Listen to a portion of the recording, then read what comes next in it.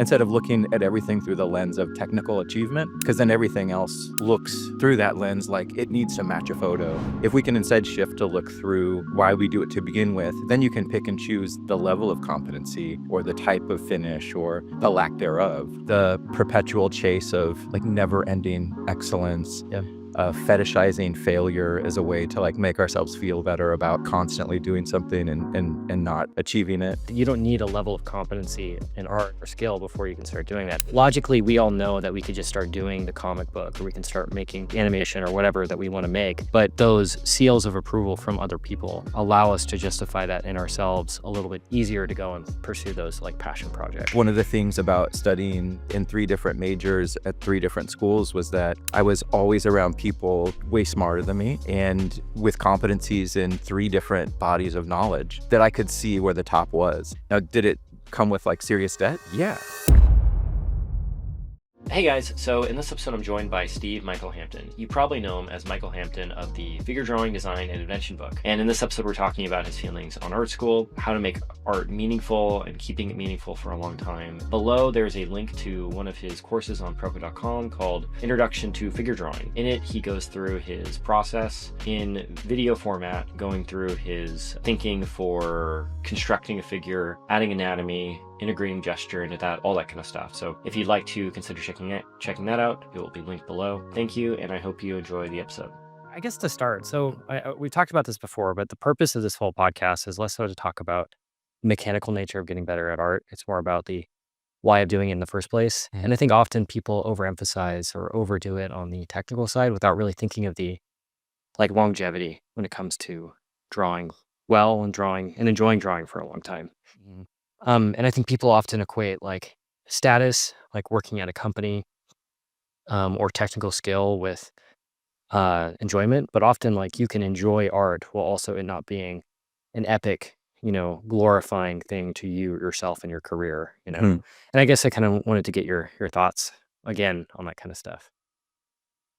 Well, I didn't do any of that. So none of my career was based on like getting an entertainment-based job. I didn't, right? I never worked in entertainment other than tangentially teaching.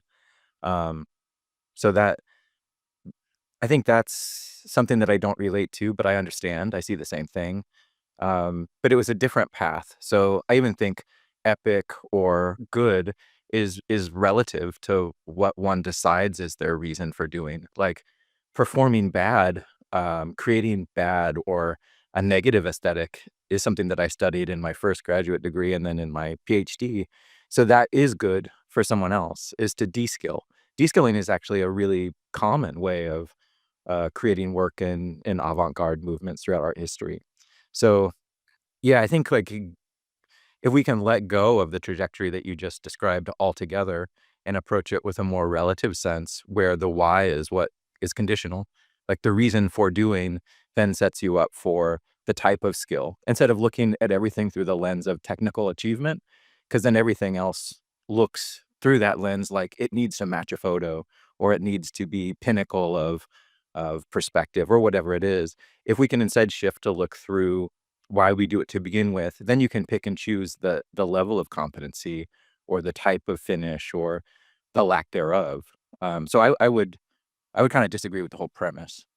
Well, I guess the point there is like at which point do you feel content with your own drawing ability? And I think that if you're trying to pursue mastery or you're trying to pursue like some arbitrary end goal, the answer is never. You'll never be good enough. And as I'm getting older, the act of drawing, I'm just trying to like return to the point where it's just enjoyable. Like no exterior motives. It's just, you know, uh, just something that I'm doing for fun. And I think ironically, that's the thing that ultimately brings out the best work in people is that ability to just focus in on the moment to moment, like action of drawing itself. Could be. I mean, yeah, I think that I can experience that, or I can sympathize with that. Um, I think I would still. I think so. I'd still be. What motivates someone to do it first is what they enjoy. What they enjoy should be, just to put it out there, something more than just the practice and the strive toward excellence in drawing. Yep. Like that's going back to my initial point is Like, what would be a reason to do it that you could identify with within yourself that could also maybe, like, enrich or broaden enjoyment, um, that also isn't just achievement in industry, like, the perpetual chase of, like, never-ending excellence, Yeah. fetishizing failure as a way to, like, make ourselves feel better about constantly doing something and not achieving it. So, like but what about just shifting work into why we're doing the period, Yeah. right? If we take the entertainment piece or, like, the mastery off the board, like, because something that could be really interesting is, like, why not do it for other people for a different reason? Like, most historical periods in art and movements were, like, engaged in a politics, Yeah. and sometimes that could be, like, how you think of something outside yourself could be a motivator to do it as well. Well, and the thing is, anyone can do that right now. You don't need a level of competency in art No. or skill before you can start doing that. And I guess that's kind of my problem with the whole idea of training or art school is that there's this arbitrary like degree or concept art position or set of jobs that you got as an illustrator that determine your ability to start saying things. Mhm. And I think the common theme throughout this podcast has always just been just start, but it's obviously it's a much more complicated and difficult emotional problem to solve than just the act of starting, you know? Like, I think that logically, we all know that we could just start doing the comic book or we can start making the book or animation or whatever that we wanna make, but those seals of approval from other people allow us to justify that in ourselves a little bit easier to go and pursue those, like, passion projects. Yeah. I mean, I get there's a lot there. I guess the first piece is the art school. Like, I guess it's worth saying that it would be, I think it would be for me, what's the best way to say it? Disingenuous to, like, hate on art school because I taught there for 25 years Yeah. and was a student in 4 different colleges for 20 plus years. So I think I would see it as I think there was, like, there was a great benefit to it.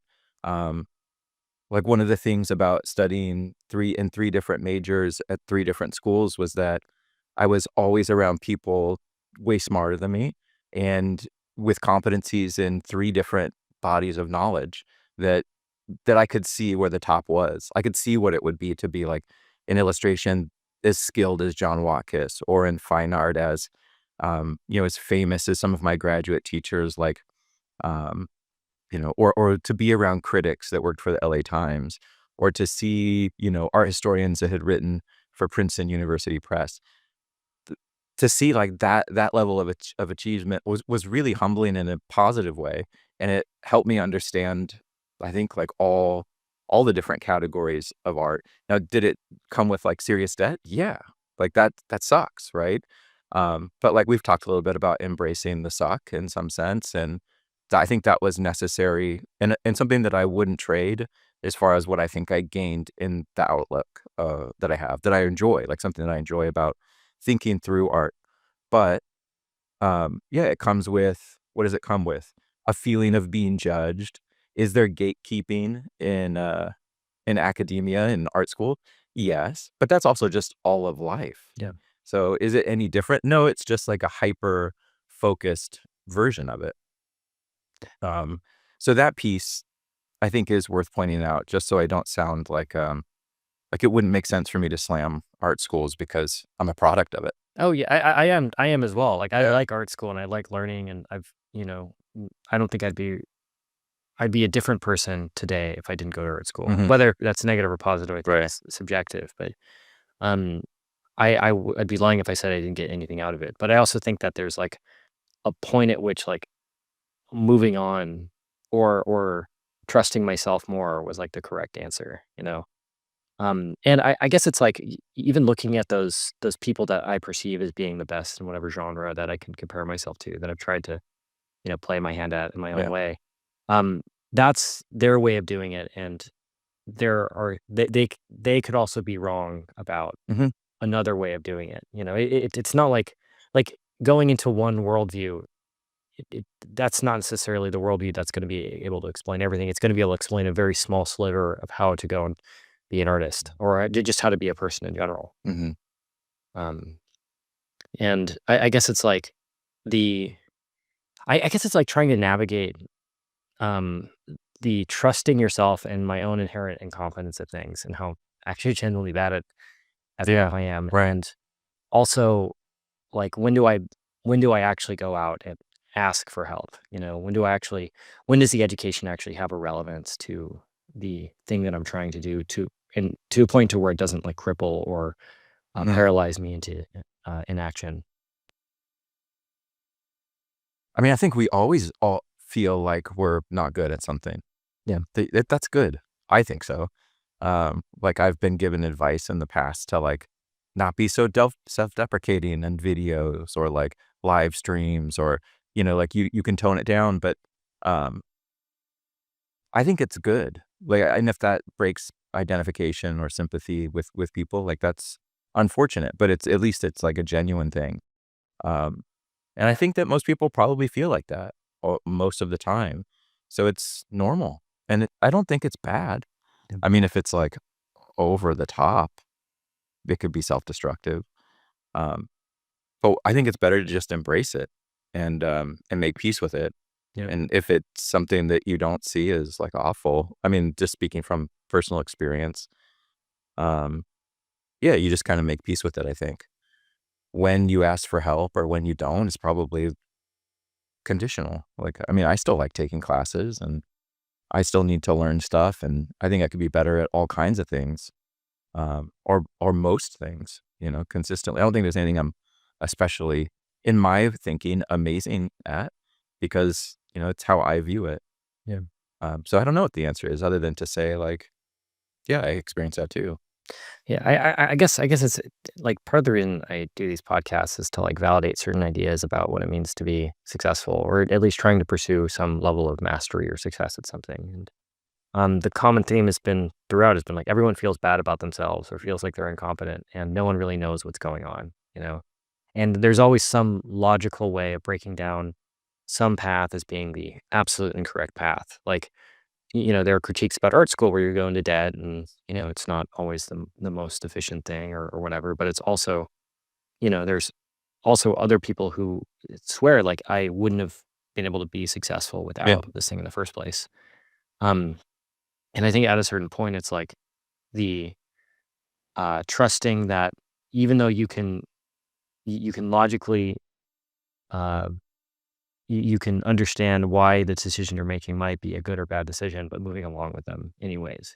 Yeah. Just doing the work and, like, embracing the suck as well, Yeah. like Yeah. Why are we worried about mastery? Like that seems like such a weird thing that other professions, like, my neighbor's a painter or like a construction worker. They're not like killing themselves worried about like the mastery of a project. yeah. It's day to day and they enjoy their craft, but they're not like neurotic about it.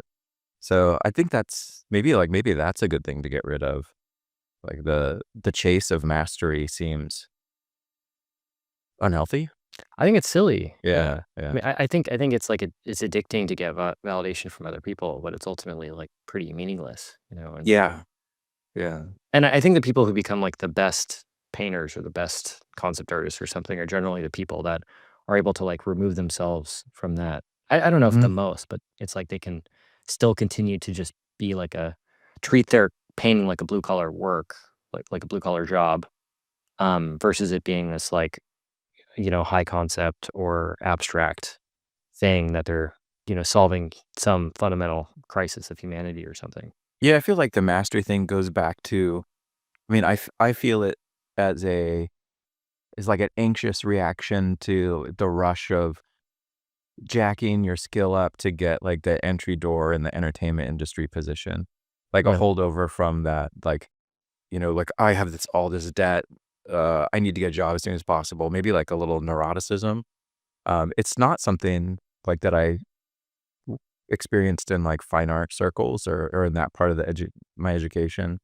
So it seems like it maybe is specific to an illustration thing, like and then maybe the sell for that is like, let go of craft a bit. Yeah. Like, open the door to some other areas of influence instead of, like, this hyper fixation on craft as the end all. Well, and it's strange to me that those industries are being gatekept by people who can't draw too. And it's not that they're not creative, but like if you Yeah. look at George Lucas's drawings of Stormtroopers or Darth Vader for the original Star Wars, they're not good drawings, but they were great pieces of concept art because it Right. obviously made this. I mean, Yeah. the most iconic characters were drawn by people who can't draw. Mhm. And Good. I mean, that would be a good way to start approaching what good is then. Like it's relative.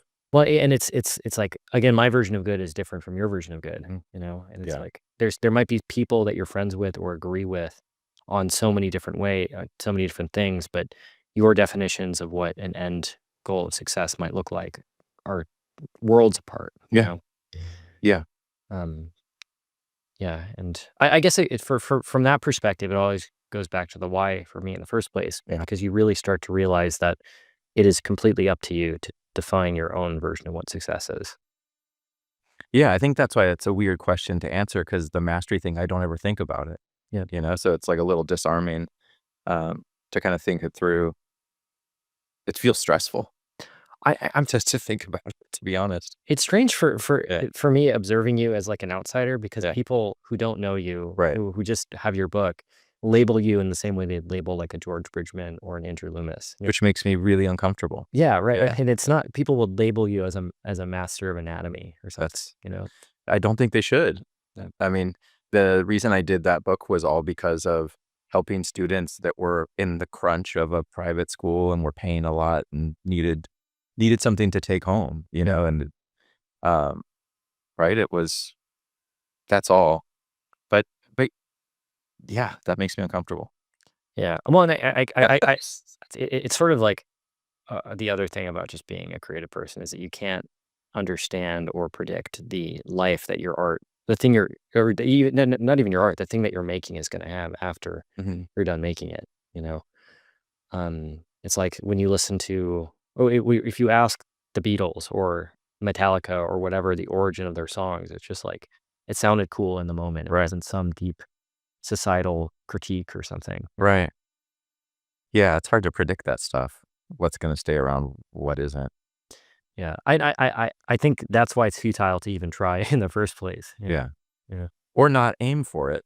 I just enjoy. I mean, that's something that I think we can all agree we probably wish we did more earlier, better. yeah, Um, enjoying what we do, getting out of our heads, not driving ourselves to like some kind of mental illness by yeah. like drawing eggs. You know what I mean? Like Yeah. it's kind of silly. Yeah, staying up Uh, till 2 AM, trying to yeah. the core shadow, right, Yeah. for the trillionth time, and And sometimes just keeping the education going constantly gives you perspective. yeah, So like I feel like that special neuroticism for like the worry of skill and accomplishment is real. Like I'm not saying that it's not hard to learn something and it's really challenging. But yeah, like I always think people should be kinder towards themselves, especially me. Like yeah. so anything I could do to advocate for that, I think. Like in the end, it's you like you said, you have to have fun. You're already winning that you're sitting there making a drawing. Yeah, Yeah. right. Yeah, yeah, again, I guess that's a broader, more general just perspective thing where it's like, even now we have the ability to sit down for a couple hours on, today's Tuesday, Yeah. uh, and I don't like, we don't have to worry worry about, being in the coal mines or, having to go mine lithium or anything, and it's like, that's somebody's reality right now. That's been most people's reality for most of human history, and I think the further that you zoom out, the more that you're able to, like, really be thankful for that ability to just draw a dude holding an axe. Yeah. And yeah, That's very specific. well, no, but it's like, you might be drawing a bad version of a dude drawing an axe, but Right. it's still like, again, it's all relative, and And then maybe somebody works 2 jobs to take a class to draw a dude holding an axe. yeah, And that's a version of that. That's a lot of sacrifice you know, to delay something that you want to improve your skill level. And that's a hard period to go through. Um, and that's kind of like being in the coal mine. Like it could yeah. feel as bad. Oh, yeah, like being a janitor or something or working at McDonald's or Sure. Starbucks or something. Sure, there's not fun jobs. Yeah, well, and again, I think often there's this logical like, if you were to put that money that you bought a class for into like, an index fund, $800, $400 or something, and you carry that over 20 years, like a 7% return, you're going to have Yeah. X. I'll put the amount right here on the screen. It's like there's like a logical thing to where it's like, oh, you should always be putting the money away. You should always be investing into the future. You should never make time to draw the guy holding the axe. Yeah. Um, But that's investing too, yeah, like in a class or something. yeah, definitely. And I think it's there's like the existential investment, and then there's the practical investment, and um, I think that it's I think it's a mistake to go all in on one or the other. Like Yeah. you need like a basis in good finances just to survive and get by, while also, Yeah. not only seeing the world as like, end goal zeros, no zeros, ones, Hmm. um, Yeah. Life is all things happening at the same time. yeah, Right. Um, yeah, I don't know what else to do with that one. yeah. I guess it's like we talked about it a second ago, but it's just to realize how bad I am at most most things. Like I could understand something about making a podcast or making a YouTube channel, okay, Mm. but then mowing my lawn or changing my oil in my car, Yeah. or Yeah. I could just list any number of things that I just don't know how to do, Yeah. and I'm glad there's someone out there that can go and fix a microwave or Right. Yeah. Um, so I don't know if that's a better way to think of it, to like make peace with the fact that you're not going to be amazing at everything. Yeah. I mean, I think Like it's it sounds like like I'm proposing a really dark worldview where you must think about how you suck at everything all the time. yeah, yeah. Uh, Your purpose is anatomy teacher, and that's it. yeah, yeah, yeah. But I think it's more realistic, like for the good or the bad.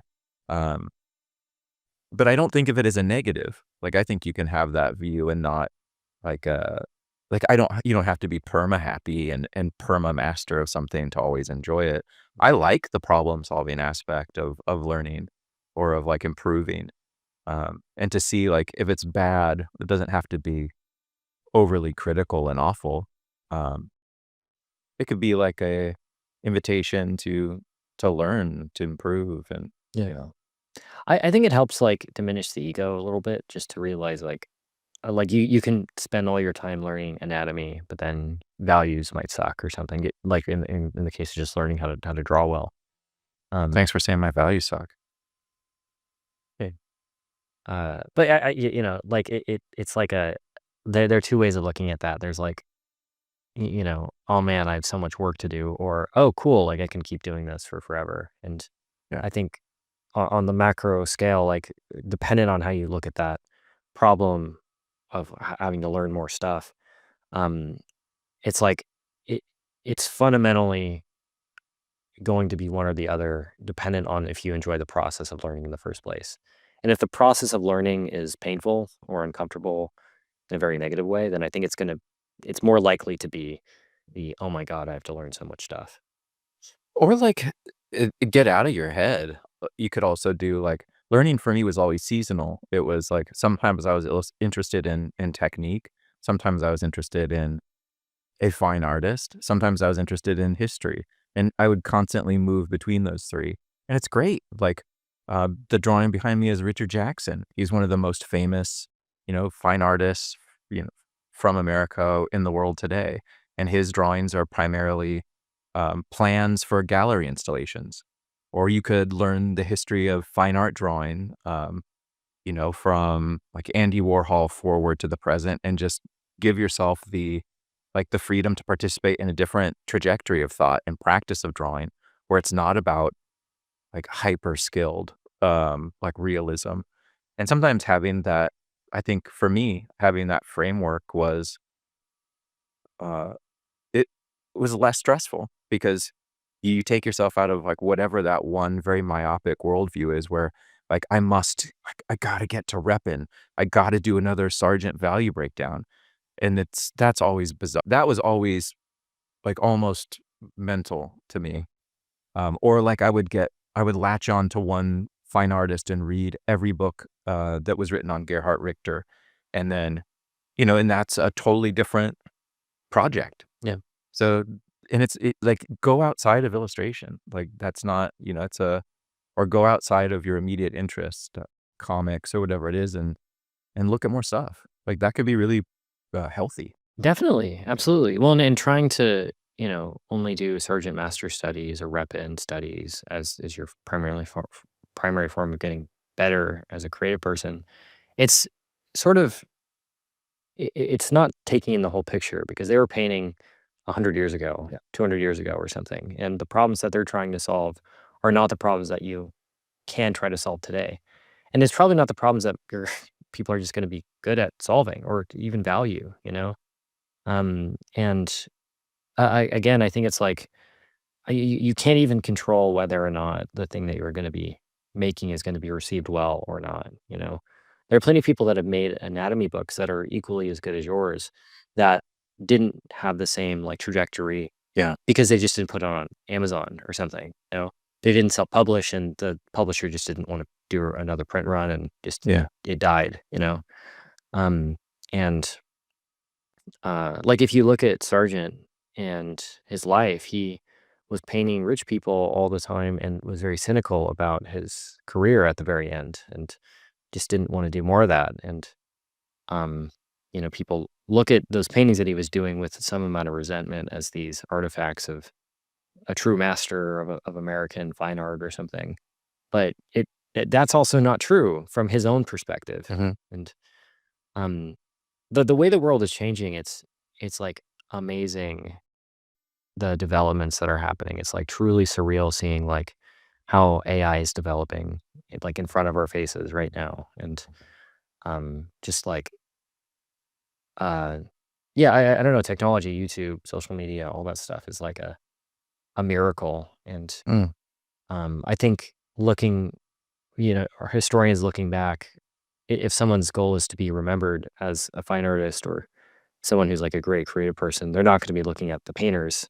They're going to be looking at like whatever's happening technology wise right now. Yeah. That's new. Possibly. Yeah, yeah, It's yeah, hard to say. yeah. Yeah. Um, I don't know. I mean, like, the fine art world is not doing well. Another major gallery in LA just closed. Blum just closed.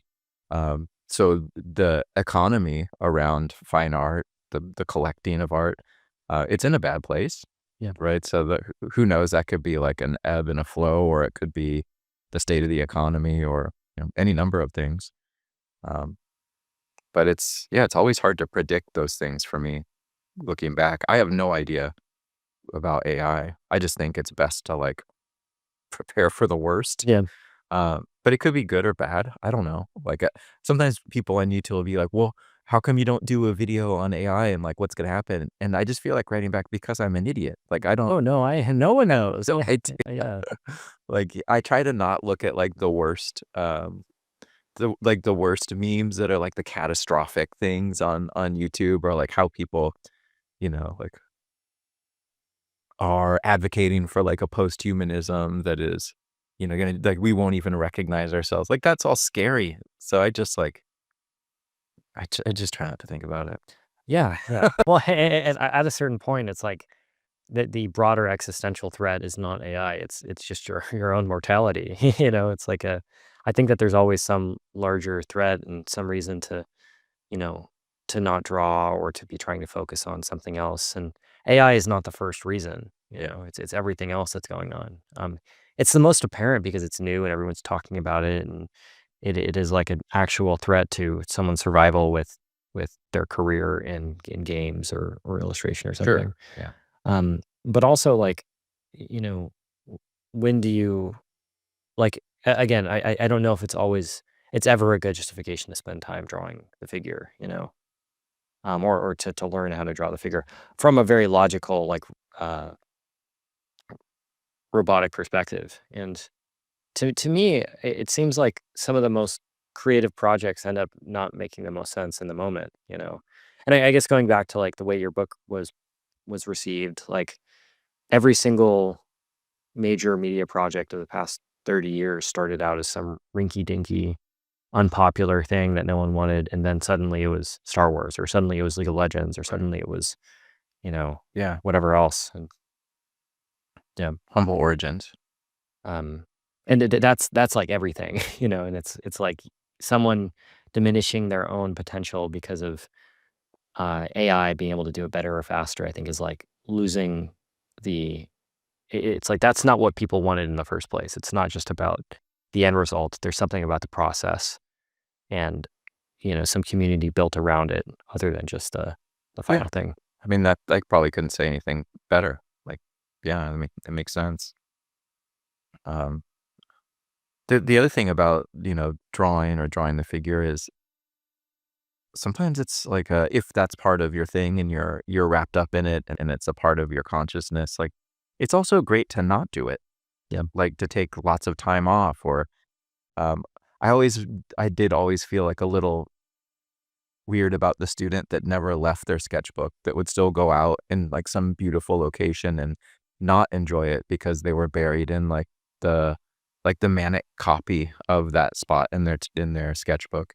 That seems like a little pathological to me, Yeah. like, that's like ignoring the world that you're also obsessed with depicting in a sense. Right.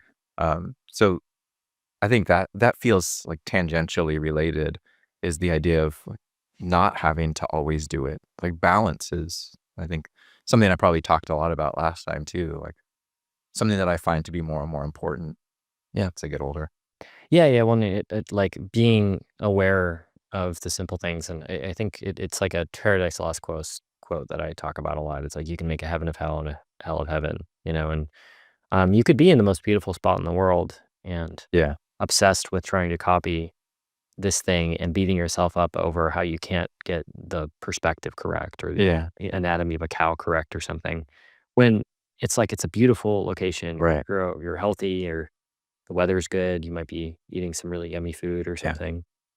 And I think that's a like it's like I'm not saying people should go out and not draw in their sketchbook. It's just that yeah, I guess I agree with you that it could totally take them out of the moment and I guess also looping back to kinda what I started with is I think AI is gonna force people to think about their meaning. Like, why are they choosing to do it? If it's not, like, one immediately profitable or one immediately, leading to competency in a career, entertainment or otherwise, then why do it? I think that's way richer. Like, that's a way more interesting path to be on than, totally. and I think that's I would much rather people at least invite that question in than, like, the hyper vigilance around skill building. Yeah. Yeah. I just think I don't understand that. Yeah, to reject it Yeah, completely, yeah. It's like again, it's like a version of that of a question I ask a lot of people is like, would you be doing the same thing you're doing right now if you had $1 billion? Like if you removed the need for status Yeah, and like actual survival based resources, yeah, then do you keep doing anatomy studies? right, And if the answer is like no, then maybe it's like there's like it doesn't mean you should stop doing it, but yeah. there's another deeper question that you could be asking yourself. And that's where I think the commuter art school that I also started at, that was technique or skill alone, fails people immediately because any, like, junior college where you don't have to pay much for a class gives you survey of Western art history, and every movement, every period, the hierarchy of skill and what's used is changed and modified to support, like, the new worldview of that whatever window of time. Um, so realism is gonna do something different with the development of form and portraiture and anatomy than, idealism, right? And if we don't have that, like, way of skewing and creating a new hierarchy of visual language to support what it is that we wanna show that's important to us, then we're lost in, like, this hell of skill building that has, like, the best, like, sphere that's lit and the worst, and that's our only parameter for, like, what makes sense to how we feel about our work and our skills and ourselves as a consequence. So something like that I think is, like, damaging, Yeah. you know? And that's something that is especially lacking for American illustration. Like, there is not a history of American illustration at colleges. That's not a course that's offered. And I think that leads to like a weird misunderstanding of what the endeavor of illustration is and has been. And so that'd be something if people are lost in that conundrum that I think would really help. Yeah, and the only thing it provides is like perspective and context on things. And Yeah, but then people go and they're like, "Well, what's the best art history book to get?" And the awful one is the Jansen's one that's like this big, and people always walk away be like, "I'm not gonna read that." fuck that shit. Hey, yeah, what the hell is that? Yeah. So, yeah, there has to be like you have to find like a more fun way to engage with it, but it should be fun, you know? Yeah. Well, and again, that's a reflection of the what brush are you using, or what's your canvas size, what paper are you using, all that stuff. And it's like, Silly. and I think it's always like it sounds maybe patronizing or condescending, but it's like whatever one that you have, Yeah, it's it's good. like whatever one you can actually get yourself to go and use. Yeah. And I don't know. I think it's like I doing this whole podcast thing and seeing a small amount of success doing it has been strange because it's like I really don't know anything about recording a podcast and actually trying to make them popular, but it's like you kind of figure it out just by doing it more, Mhm. and it wasn't like Right, me reading a book or me going and doing right. anything. It's all experiential. Um, But you also have, like, a panorama of all the other podcasts that you watch and you study, yeah, and you understand their visual language, and you understand how different podcasts change for different genres of engagement or dialogue, and what the different visuals or lighting are for those genres. And so that's an art history of its own kind definitely. Yeah, that's, like, maybe more intuitive, yeah. but still exists. Well, and I guess it's like it's just data in the same way that books are data. Yeah. It's like it's not necessarily the rule book on how to do something. It's just a certain perspective that you Yeah. could reject certain parts of Yeah. and accept other parts. Um, and again, I think we would both agree there is this obsession with Andrew Loomis that I think is maybe a little bit unwarranted sometimes. Right. I think he's a great artist, but it's Yeah. not like learning how to draw the Loomis figure for the trillionth time is going to make someone more creative. But there's also a lot to gauge with in Loomis that I think doesn't get talked about. Like, I get Loomis is a really brilliant model for developing figures and thinking about them, but he also engages with history and talks about um, he talks about William Hogarth, the British kind of printmaker and kind of like a master of populism in the 17th, 18th century. And he borrows and calls part of his gesture line Hogarth's line of beauty or S curve. And that's something I've gotten more as I've looked back at them. Like as a younger man, I would look at Hogarth and Loomis and Bern Hogarth, not William Hogarth, Yeah. and those books, and I just go, "Oh, where's the part with the arm?" Right. Or like, "Where's the part where it's like really well rendered?" But those guys had thoughts on history, Yeah. like the first couple chapters, or it's peppered in and it's muted so that they can get their techniques across. But yeah, there's stuff there to find that's also gonna allow them to connect to people that came before in our history in an interesting way. Yeah. Well, and like like to me, the anatomy teaching was their business, but there are much deeper thoughts Sure. on Yeah. everything that they're doing. Same thing with Robert Henri too, Yeah. and the whole art spirit thing. Yeah. Ashcan school. Yeah. Yeah. And I guess it's like when you remove the business, when you remove the technique, when everyone is the same level of artist with AI or whatever is coming out, like what is the thing that separates people? And the answer might be nothing. There might be no hierarchy of competence ever. Yep. Um, it, which I think is like for artists that are moving forward with this stuff, I think it's just an important thing to think about of like a loss of identity or loss of like status. Whether you're low or high on the hierarchy, like what happens when that whole system or that whole being higher or lower than someone else is gone. I don't know the answer. It's just a thing that I think it's worth thinking about. I mean, so that I think is more sinister because I don't think that would ever go away. Like that's how, well, who knows? I don't know. But I am really interested in taste, and taste is a marker of status, and we're always through whatever we choose to wear, or how we dress, or mannerisms, or what we like or don't like, position ourselves in some kind of status group relative to one another. Yeah. Um, And so I think there will always be a feature of that. I think that's part of the fabric of culture. Probably just being a person, Yeah, probably a like person. But biology or something. yeah, but I think what you're saying, I understand that the AI might make the look of something so generic that it would be hard to stand out. Kinda, is that what you mean? A little bit, I think it's more of like like you can become higher, you can raise your status within the hierarchy by just working really hard, training this thing.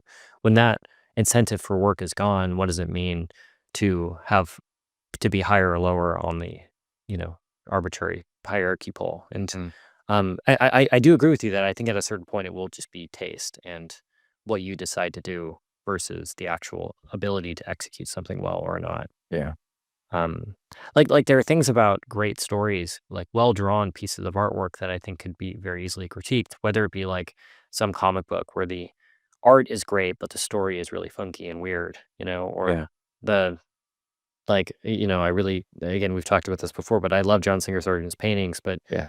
the obsession with high English culture, I think, is maybe a little bit bizarre. Yes. Um, In and 2025, it might be. yeah, yeah, especially now. Yeah. Um, and it's like, but I think it's like the thing that separates those things, or the reason they were popular in the first place was a lot of it was like the technique, Yeah. or just like it was um it was just really really well done, and I think that quality is becoming a lot easier to replicate across the board. I've always been obsessed with the opposite, like, things that were done poorly on purpose. And so, like, my first, graduate degree was, on bad painting, which is a 1978 exhibition at the New Museum that was made as a reaction to minimalism, right? Where artists were making paintings again, which was, like, taboo, and doing it in the worst possible way. Um, so I've never, like I think because I've always been interested in the gatekeeping aspect, like, why is something good? Why do we like a Sargent? That to see it done for the same reasons, but in reverse is kind of fascinating, or has always been fascinating to me. Yeah, And because I like I like the relative play of it, like the shift of it, but based around, so, because what's always winning there is concept, yeah, right? Like, sure, like Sargent was great for his time for celebrating the aristocracy in a way that made them look like British models of wealth, because America didn't have that aesthetic canon, developed yet for how wealthy people should be depicted. And so, yeah, that's fantastic. But like, what does it say outside of that? yeah. Yeah. Well, it might be similar with like George Bush's paintings as well. Mm, Like it's just right. they're not great paintings, but there's something really weird or strange to observe about the guy who caused Right. this massive war, going and spending time, probably studying Andrew Loomis or something, or No, he had an art teacher, yeah, um, that he would go to.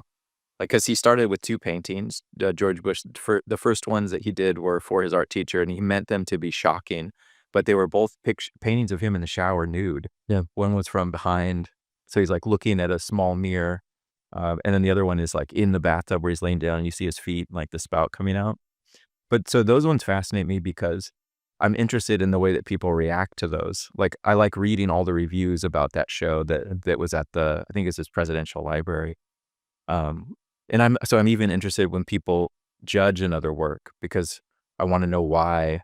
And what's always interesting with those that I enjoyed the most, the reviews of that work, was that it was always something to the effect of, like, only a warmonger could have made paintings this bad, like, yeah, and I think that's interesting that when you make that connection clear between somebody's, like, ethical or moral being because of their taste in something, like, that those things should belong together, I think yeah, is fascinating. Like, your taste for, George Lucas or Star Wars, that says something about you to other people, right? Or, uh, like, that to me is, and especially in the context of politics, it's pretty often weaponized, right? Like, because at the same time, Saddam was collecting, um, 1980s sci-fi fan art that was made by Rowena, who was, uh, a Frank Frazetta, like, wannabe, yeah, but also very close to Boris. and his wife, Boris Vallejo, Yeah. right? Yeah. And Saddam loved them, and he collected, right? Like, I think his townhouse when they invaded it, in 2003, he had like 4 or 5 massive paintings, and it was the same thing was said, like, only somebody that has nukes could like art this bad, Yeah. right? Like, this is the aesthetic taste of, like, a sadist, of someone that, of course, is hiding, like, weapons of mass destruction, you know? But that's fascinating as another, like, shift in framing because that's American illustration, Yeah. right? It was made here, but because he has it there, right, then we can understand all the but what does it say if someone were to have it in the US? Would we say the same thing about it? Probably not. Right? Well, Yeah. and it's that context and that story, and it's like it might just been as simple as him just liking the art, for Yeah. whatever reason, and Or, like, that's art that's made to sell pulp books that's mostly really sexed up so that it attracts young men to buy it. yeah, Not unlike video games or, comics of some kind. So it's like that's a trick to get a pulp to move off the bookshelf, uh, and maybe that appeals, maybe there's a part of that that appeals to him. There must be, like, that's the content of the work, you know? yeah, Like the one that he had that was most, uh, discussed was called King Dragon, and it had, like, this green dragon coming down, and there's this, like, woman in some kind of, like, erotic release, like, on her back with, lay on the ground. That was mostly the one that people fixated on, you know? yeah, So there's clear sexual themes, in all of those. right.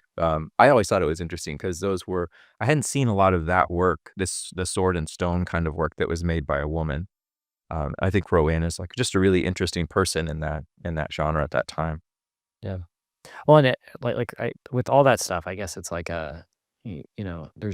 there's that trillion ways of trying to interpret George Bush's work or Saddam Hussein's taste in art, or like Winston Churchill being Yeah, obsessed with John Singer Sargent as well. yeah, Um, and the stories that you can, or the different perspectives you can craft around all those different things, and then yeah. um, yeah, I don't know, it's always super complicated. The thing for me is um, like it's been strange seeing all that stuff playing out in real life right now. Like it's not an exact one to one, but the guy who founded Gumroad, Sahil, Mhm. he worked for Doge, which I was like really surprised by. I was like, Right. that was like I saw he was on the front page of Reddit being quoted as Doge employee, Yeah. doing something. But I was like, wow, it's like this guy knows who Proco is, and he like uh has bought tutorials on how to paint and draw and stuff. Yeah, yeah. He's working directly with Small him world. on you know and Donald Trump on this Yeah. government thing, and it's just an odd thing. Yeah. I think the aesthetics of power is really interesting, like, the iterations that the Oval Office has been through is a great case study from, like, Roosevelt to Trump. Like, everything mattered in terms of, like, the branding of the space for what it communicated about the president. Yeah, So, like, Obama had modern art, like, stuff that was contemporary.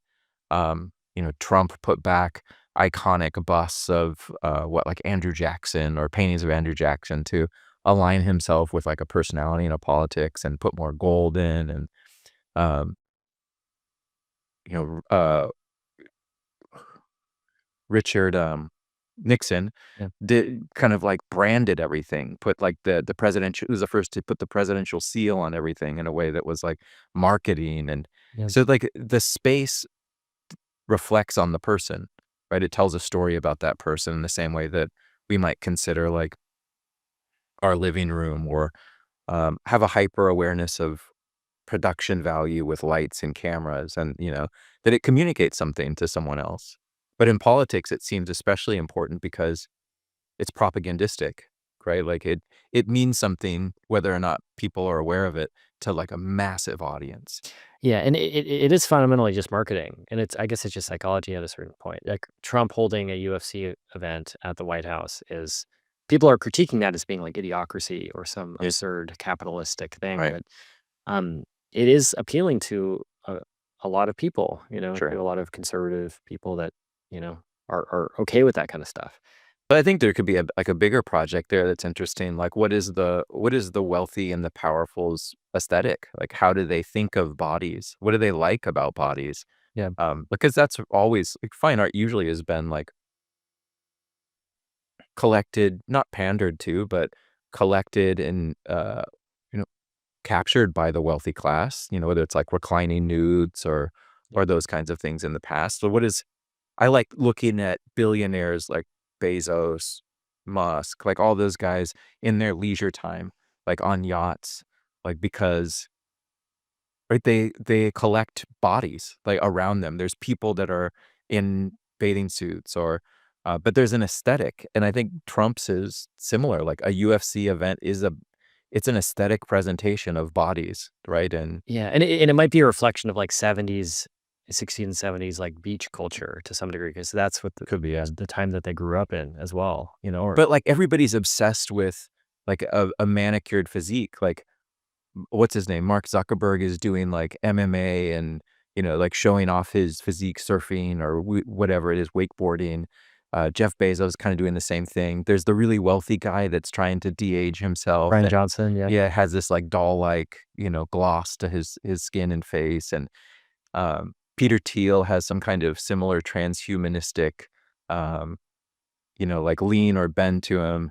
It's so there's like, that's interesting to me. Well, maybe like the bodies are starting to like approach that uncanny valley, but they're always gorgeous, Yeah, right? Like there's what you could also ask this the reverse question: what kind of bodies do you not see? yeah, well, Unhealthy, Elon is a yeah, he outlier. yeah, he's an outlier 'cause he's also wealthier and also much uglier, and so But those are interesting pictures to see him on his yacht. Like right. there's something about that I just find fascinating, which it would be like a why. Like that would be for me a reason to do something.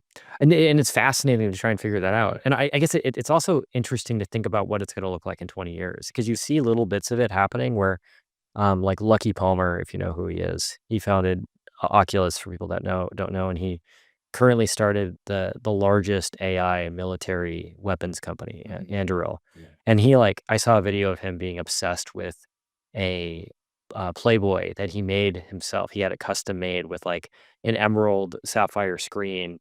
It's like everything that like it Playboy, like a magazine? no, no, no, no, the play the handheld, Game Boy, sorry. Yeah, sorry.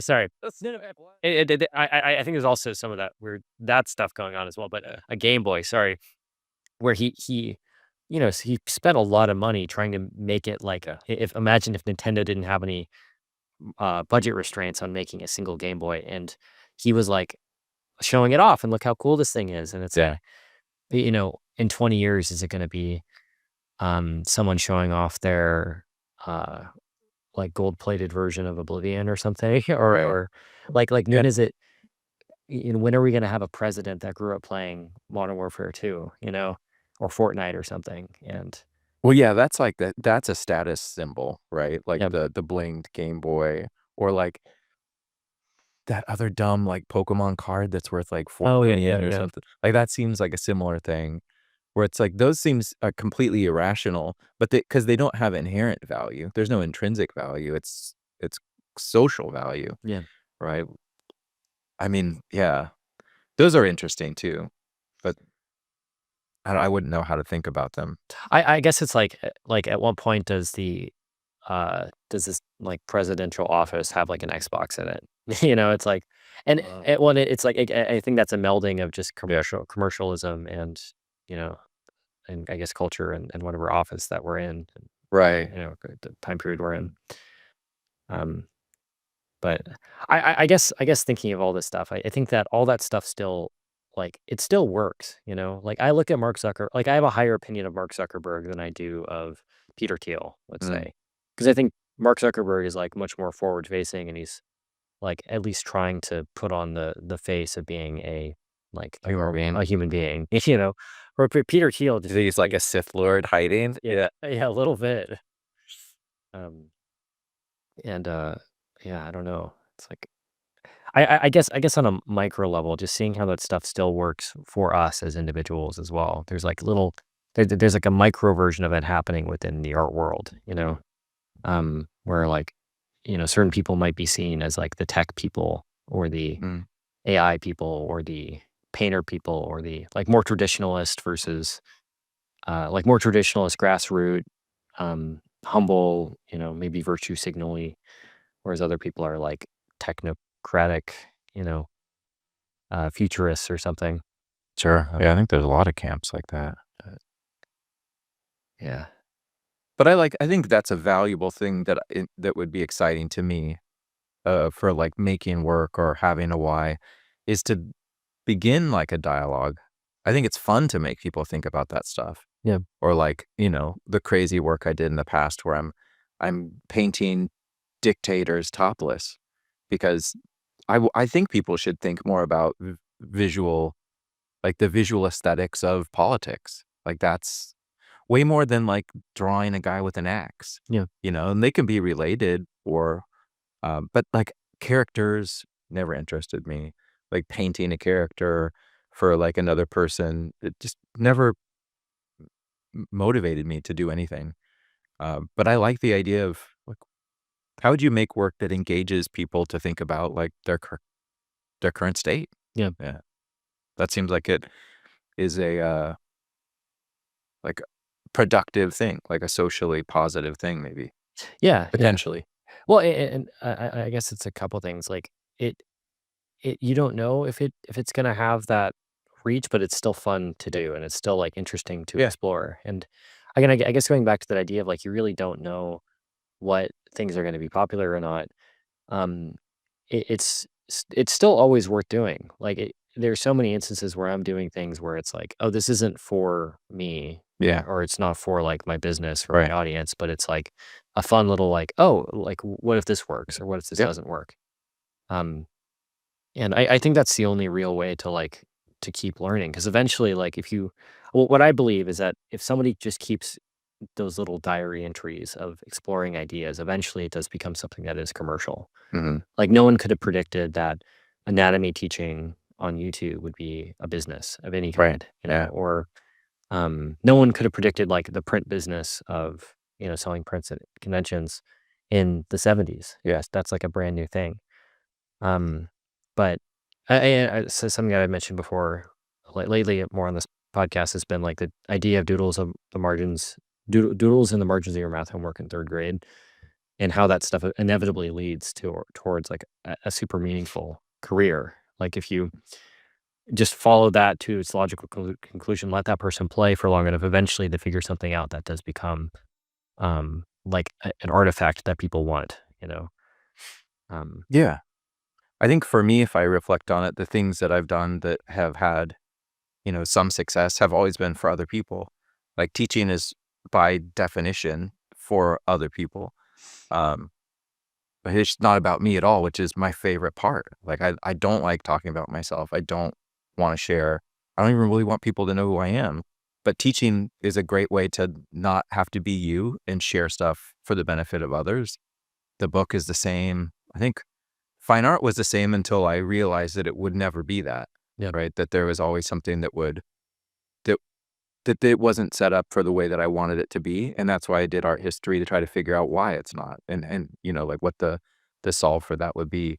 But anything else, like the problem that we started talking about, technique for technique's sake, always just felt like some kind of gross masturbation. yeah. Um, well, and like I guess getting out of that for me has been interesting because I think it's like I had to start there. I had to start being obsessed with technique to even and to realize that it's not that valuable. To get to a point where I can start saying things that are more unique to me. Yeah, of course. Um, and I guess it's like a reflection of like it's better to have a plan, Yeah, a bad plan than no plan. yeah, Like I guess if someone's focusing on just purely technique.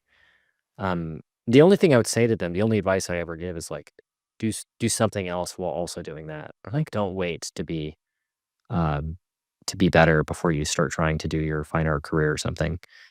Um, and and I, there's more of like a culture of technique now that seems like um it could be incentivized in the worst possible way, like a culture of online teaching and technique could have you always want students that are going to need to have to be better. Like, that's the advertising thing. Like, how do you sell something? You present people with a lack, right? And so that if someone's always at a minus or at a deficit of mastery, right, they're always gonna need classes or, like, need to be scrolling or need to be watching things. Like, that's not great either. No, no, it sucks. Yeah. That's my big critique with school in general is that there's that advertisement of the lack of a skill, like incompetence versus being like a more positive Yeah. pitch, you know? I don't think at college, though. I never encountered that in college. I guess I mean, you always lack something. You lack education. That's why you go to a college, right? I guess for me, I didn't experience it at college. I experienced it in the workplace, Mm, where it's like if you don't have a master's degree in certain environment, right, or right. a bachelor's, or even then you're not going to be hired. Yeah, And for some reason, like going and studying, getting your algebra 2 class out of the way or statistics class out of the way makes you more hireable in like a, editor, comic book editor setting for, right. for whatever reason. Yeah, well, that's just seem that some of that seems arbitrary, Yeah. Yeah. but some of it could be, maybe it's just, it's trying to gauge how willing you are to go through stuff that sucks. Yeah. Like, are you gonna give up, run, or, are you going to, fade into, like, distraction, or are you, like do you have the mettle to, like, do stuff that sucks for a little bit? Right. And that, that's fair. Seems like a reason is, I guess, I could come up with. Yeah. With all the stuff around like the do what you want and do what you enjoy, there's also the other element of doing things that are like purely just for the sake of survival. Yep. And I think that sometimes people will put themselves into debt or live ab- above their means to like justify paying for more classes. Mm, And I feel like time, like if someone's only goal is to get better at art, more time spent doing it is going to be much more beneficial than getting better and better classes, or even like just cramming more time into a shorter period of a few years. So I guess it's like your thoughts on taking it slowly and maybe getting a job on the side while like establishing yourself as in like a career. I mean, I don't know what other people should do. I only know, like, what I did. I mean, I worked construction for, uh I installed pneumatic tubes in hospitals. I started at the very bottom teaching kids and adults, at, like, Beverly Hills Adult School. Not that, like, teaching kids and old people is the bottom, but it's like, it's not a great teaching gig. And then went to school. So I always worked full time in a non-art job, especially when I was younger. And then as I got older, I was teaching and still going to school. So that what like what you described sounds like a nice fantasy Yeah. where like people would have to not like would have this beautiful life and not have to really like work too much so that they could develop artistically. That wasn't my experience. I think people should probably try to do that. That sounds fantastic. It sounds way healthier, but it wasn't like I think yeah, I worked full time. I had health problems, so I was hospital, like 3 times a week. Always in grad school to keep the medical insurance or like what I could afford at the time. So any time to study was usually when I like wasn't rested. It was, whenever I had time to study. Yeah. But that was just what was necessary. It wasn't like I didn't have a lot of options or choices. But if people have, like, I think you should have, like, a better organization and, like, it took me a long time to get to a place where I could choose to have balance, Yeah. right? I think that's most people. Yeah. I don't think I've ever heard a story of someone going and like, oh, they went to art school and then they got a badass job and they Right. didn't have to worry about survival. Right, right. Like there's always something Yeah. that somebody has to go and do. And when I talked to Richard Taylor, he was telling me about how he was cleaning toilets in the beginning of his career, Yeah. and like, and that, All right. yeah, yeah. And, you know, or other people saying that they were on welfare for most of their life until suddenly they were able to pay the bills. But there's still like a sense of struggle or having to get the work done for them to even keep it sustainable. But if it's like what you said, where should people invest in a class or, I mean, I did. I went into debt. Like at Art Center, I wasn't satisfied with the drawing instruction, so I took classes outside of and, took out more money to pay for those. Yeah. So it just seemed necessary to do it at the time to, like feel at least semi-confident that I could begin to have a career teaching. Yeah. Um, I think inherently everything that is creative, it's like it does carry like a large amount of suck along with it. It's just unpleasant at certain points where it might seem hopeless or difficult to even just carry through with whatever the thing is. And suck is, it seems like an intense way to put it, but it's just it's not doing exactly what you would want to be doing, right? So it's the postponing of enjoyment, like that, you have to do this now for a better Yeah. future, right? Like that would be that's the gamble, at least. Well, to me, it goes back to that quote of like, you can make a hell of heaven and a heaven of hell, where it's like you could put yourself in a mindset to where it's not necessarily enjoyable, but you can at least look back on it fondly, or you can wake up every day and like take it on in some like meaningful way versus it just being like, oh, this is suffering. I don't want to do this. Yeah. And Yeah, you can. yeah, I don't know. I think I the it to me goes to like two versions of the why. It's like the romanticization of the craft and sort of looking at on some like deeper level, like which I think is maybe a little bit naive or incorrect, or just you know having just like a more holistic or gratitude approach to the way people approach things. Yeah, I'm kind of like anti the technique road because I don't find it to be very fulfilling. Yeah. Um, it's fun to look at, but it always seems shallow. Like why I would just say like why are we doing that? Yeah. But yeah, like the holistic thing makes more sense to me. Yeah. It's good to have pets along the way. Pets are pretty cool. Pets are pretty awesome. Yeah. Having a couch to sit on. Having a couch, Yeah. except when they stare at you and want food really bad. Yeah.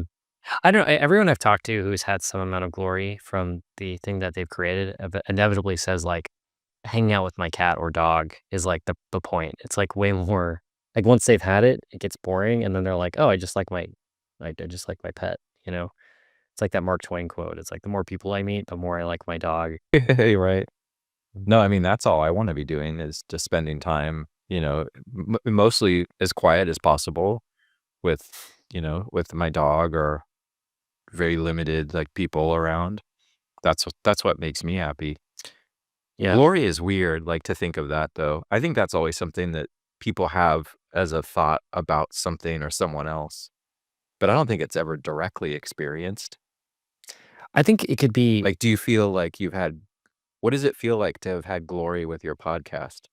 It feels weird because I like. Well, there's that hope that it would change how I feel about myself. But you're still the same. I'm still the same. Where's Yeah. the glory?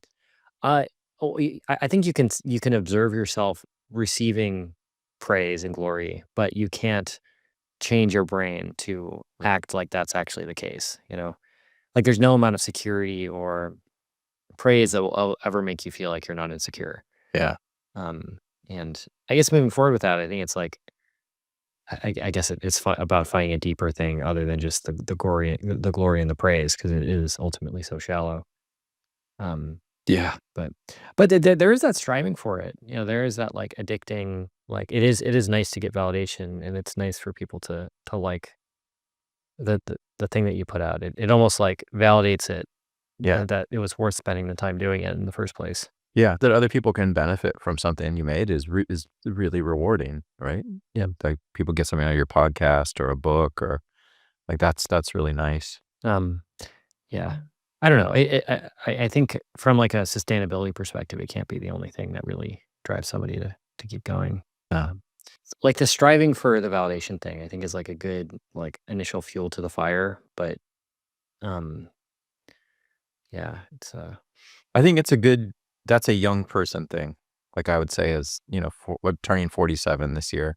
So now I just want to be left alone, or like I want to quiet, or I want to enjoy some peace, right? So it's like I think stages of life is an important thing to remember too. Like people are going to want and define, what's valuable at different periods or different stages. I think I was more interested in that when I was younger, but mostly because of like scarcity, like the needing to keep health insurance. It was important to have like validation from an employer because like that felt like a desperate case, like, and so things feel more intense. Uh, and then after a little bit more life, then like other priorities switch out. Yeah. I don't have any other thoughts on anything. Could be a good place to end. Yeah, we can cut it there if you'd like. I guess I could put your social media and stuff on the podcast. Do you have any other things you want to advertise or talk about? No. Okay, cool. I guess we'll end it there. That's sweet. Go buy his figure drawing course, and take his classes, and yeah, cool. Well, thanks, Dan. I Sure. appreciate it. Sure.